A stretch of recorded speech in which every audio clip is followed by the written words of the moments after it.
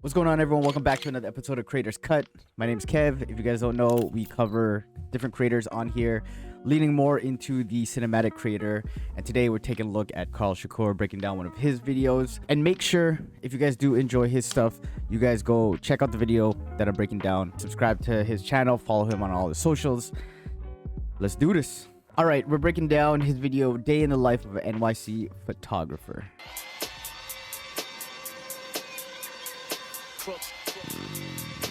We be the infamous, you heard of us. New York City. Okay. Welcome to the bus. That intro was wild. We start off with this nice shot overlooking the city. The thing that really catches my eye is the speed ramping. Like right there. Speeds up, slows down. So there's another speed ramp, I think, with the train right there. And this transition. We be the infamous, you heard of us. That transition right there. Let's slow it down real quick. Right, going up frame by frame. It's a whip pan down into a turning shot, bird's eye view of the city. And then a shot of him here into a flag. And then it looks like someone sitting down, but the motion is trying to capture that person on the bike. So, ugh. Lord, that was so fast. That was beautiful. There's just so much going on that you're like, what is happening? Beacon of inspiration and energy that never sleeps. You see, as a newcomer to this inspiring metropolis, I figured it'd be very interesting to share with you my daily routine, which is both exciting yet very hectic. He could have done this sitting down, talking like this. Pretty boring. But because this is like a day in the life, and I think he's like moving, him just doing the shot while carrying a box, like, just adds a little bit more to it. It's a little bit more dynamic than this. Or even just sitting down, talking, and moving. He's doing something. Okay, so here's my daily routine. I wake up at 7 a.m., straight into the cold shower, then I meditate, grab a quick bite before I head down for a workout, immediately followed by a stretch. Then I bike to work, do a photo shoot, do some computer work, visit a museum for some inspiration, get ready for an event, party a little too hard, then I knock out.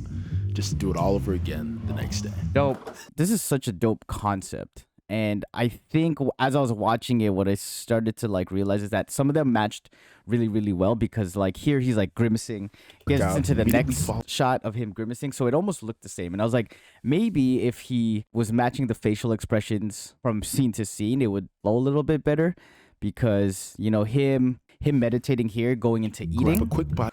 Imagine he started this eating scene with his eyes closed, and then he opened his eyes and then ate.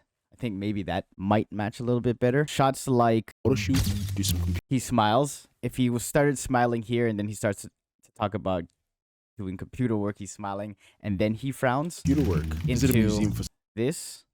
And then when he turns and looks up, goes back into where he's getting dressed. Get ready. But it starts off with him looking up and then spinning. Might flow a little bit better. But there's also things like it would be cool to see him mount that camera on that bike here and then have that same framing. So everything is pretty consistent with that framing, right? Imagine. And like even at the party, like a shot here at the party or, you know, club, but him just kind of standing there with all the lights in the back could look pretty cool too. But all over again the next day. Imagine it was mounted on the top as an overhead and then he knocks out in his bed and then framed up the exact same way. The amount of shots he got, this is amazing. This is beautiful. Especially because the next thing I'm about to do is incredibly difficult. Cold showers. I mean, daily cold showers are just, if I can do this, then I can probably do whatever the hell that I set my mind to do in the course of the day. So, okay, so we just moved into this apartment. That's kind of why we don't have any furniture.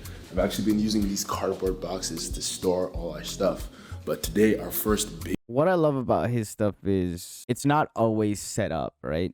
So the cold shower scene before and all the match cutting stuff on tripod, a direct vision, and, you know, just set up.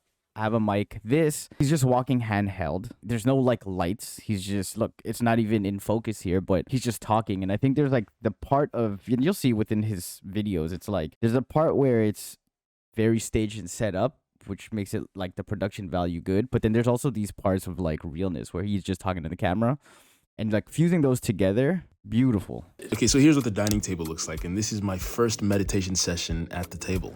Now, I know how much this sounds like some rise and grind cock and bull, but I try and He's so good at like doing this like just clone effects. If you guys don't know how to do it, there's a lot of masking out, rotoscoping. This is crazy too, because if you guys ever know, you know, when you do cloning effects and things like that, you do a clean plate, you shoot it, then you shoot yourself in it, and then you know, you obviously would mask yourself out. Boom, boom, boom, you lay it over, stuff like that. The crazy thing is when you shoot, especially with like daylight like this, is that the lighting changes. So, you know, if there's clouds and stuff like that, if stuff is going across a window, that you could definitely see where that cut was. So this is amazing how he got it like this, because, you know, it's risky when you shoot with like daylight. After that, I work out every single day and I stretch unfailingly. You know, the cloning effect as well. Shooting 3 different times, layering it on top of each other, and then cutting yourself out. But there's something else that he does here that makes it a little bit more dynamic, which is zooming in, like using keyframes to zoom in the actual shot. After that, I work out every single day and I stretch unfailingly. Doing this helps me to prepare my body, because I prepared my mind. Now I'm trying to prepare my body for whatever the hell. Getting a shot like this, it's a long shot. You actually get to see, you know, different parts of the gym, equipment, this dude. This is what really separates a lot of creators. Having the confidence to put your camera a little bit further and getting shots that make it feel more like a show than anything else. Because a lot of creators, and it is tough when you are starting out to like get over that hump, and like, you know, just having the confidence to walk across a room and set your camera out and have people watch. But I think it really does a lot to the video to make it look really, really cool like this. You know, a lot of people would probably just only have it beside their machine, or maybe it's POV, or, you know, you're just kind of shooting like this. So having the confidence to do it and not really care is a whole other skill set. But a lot of these creators that we cover on this, like, master that. They don't care. So you guys shouldn't either. Every single day. Okay, so here's what I'm going to be wearing today. I'm going to start the fit off. What I really like is it wasn't just the disappearing that was cool. He actually gave us the text with the beat as well. Every single day. So Okay, so here's what I'm going to be wearing today. I'm going to start the fit off with some socks. so good. Outfit of the day. All right, let's get out of here.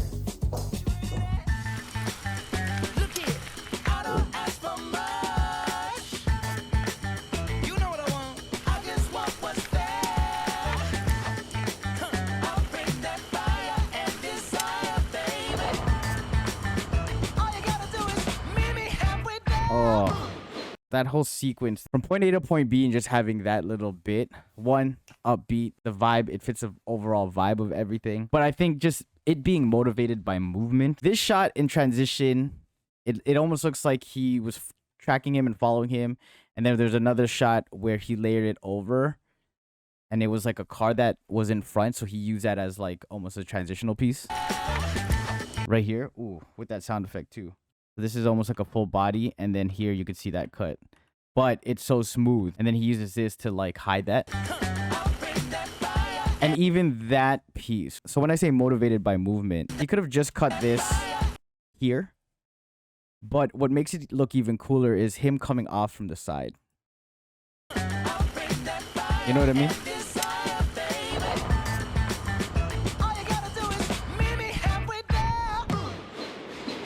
So good. So nice. All right, let me get my camera out. I think probably the most instrumental key to my artistic development over the last few years has been shooting as often and as frequently as possible. I found that making a habit out of taking photos, no matter how small or simple.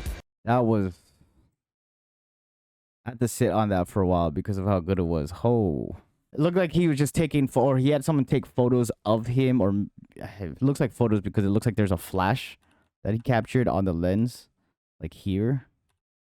So yeah, it's probably just photos as opposed to like screenshotting videos, but then cropping himself out and then laying that on top, or maybe, see, I don't know if this is the actual footage or it's like actual photos he took of places, you know, did a little bit of a warp effect and blurred it out, but, you know, oh, so good. Match cuts. Crazy. And as frequently as possible. I found that making a... See, even that, it's just the details in it is what's amazing. The little click just to get into this. Details. So I usually start the day by diving directly into the mountain of emails, sorting through messages. I always have headphones on. I like to put on some ambient music, usually like Afro beat.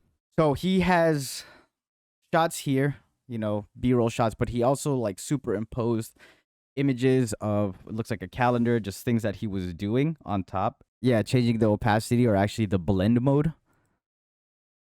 which is cool. Perfect. There's many times where I catch myself like chatting with Marcel or Vic in the office, distracted by scrolling on the phone. To be honest, a little break here and there. I talk about this in other videos where it's like these solo filmmakers or filmmakers, you know, you're doing almost everything. You're producing, your script writing, you're doing your set design, wardrobe, doing all that stuff, editing, but you're also like the actor. You're acting in it. And there is something about, you know, even him just opening this up, Myself like chatting, him opening this up and just kind of fumbling and looking at it. You're like, you know that he's ran through that a couple of times, but adding that little extra, okay, let me act a little bit, let me look at it, and then throwing this up in the air. In the office, distracted by scrolling on the phone. To be honest, a little break. They're just like a little bit more, and I think we're gonna start seeing that a lot more on the platform, especially with like cinematic creators really getting into it and filmmakers really like on the rise. Is that there's going to be a part where acting plays a huge part. There's just like this main character vibes that you have to like really encompass when you make these videos, that